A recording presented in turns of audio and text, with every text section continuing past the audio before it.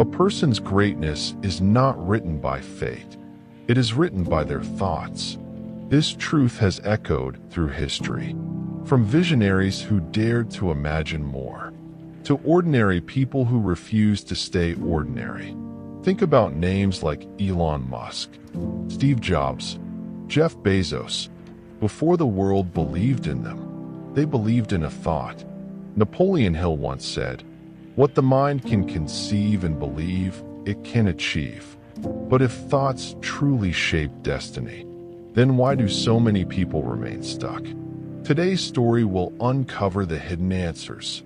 It will reveal how a single shift in thinking can change the direction of an entire life. In a small town in India, there lived a man who worked at a temple. Every morning, he cleaned the floors, swept the dust, and arranged the surroundings. This was his job. This was his life. He had been doing this work for nearly 20 years. One day, foreign tourists began visiting the temple. Slowly, their numbers increased. They spoke English. They asked questions. They needed guidance. Soon, the temple authorities called the man. They said, "You must learn English." He stood there, confused.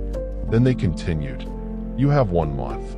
If you don't learn English, you cannot continue this job."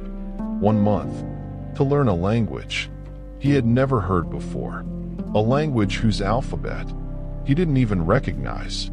That night, he sat alone in silence, not because he was tired, but because he was scared. "This is the only work I know," he whispered to himself. "I have given my life to this place. I am 39 years old. How can I begin now?" For the first time in many years, he was afraid of the future. The next evening, lost in thought, he walked down a quiet road. He wanted a cup of tea, but there were no tea stalls, no shops, only silence. As he stood there, an idea slowly formed in his mind. A very small idea. That night, he spoke to his wife. She quietly removed her bangles and placed their small savings in his hand. With that money, he bought tea powder, a few cups, and a small stove. The next morning, he opened a tiny tea stall by the side of the road. People stopped. They drank tea. They talked. He served them with respect and a gentle smile. He didn't start a business. He started believing in himself. Slowly, the tea stall became popular. Weeks turned into months. He added snacks, then simple meals. The small stall grew bigger. Soon, it became a hotel. Years passed.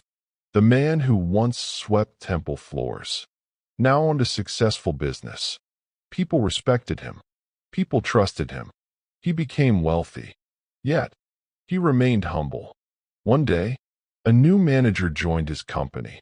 The manager brought some documents and said, "Sir, please sign here." The man smiled and replied, "Please bring an ink pad." The manager looked surprised. "You don't sign, sir?" The man gently placed his thumb impression. Curious, the manager asked, "Sir, do you know English?" The man replied calmly, "No." The manager laughed lightly and said, "Sir, if you knew English, you would be in a much higher position today." The man smiled, a deep, peaceful smile, and then he said something unforgettable. "No, if I knew English, I would still be a sweeper in that temple." The room fell silent.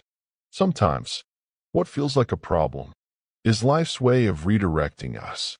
Sometimes, life pushes us, not to break us, but to guide us. He did not lose his job. He found his destiny. Your background does not limit you. Your age does not stop you. Your fear does not define you. What matters is how you respond. When life challenges you, when one door closes, don't panic. Look around. Another door is opening, sometimes on a quiet road, with a small cup of tea. If this story stayed with you, if it made you pause for a moment, this channel is for you. See you in the next story.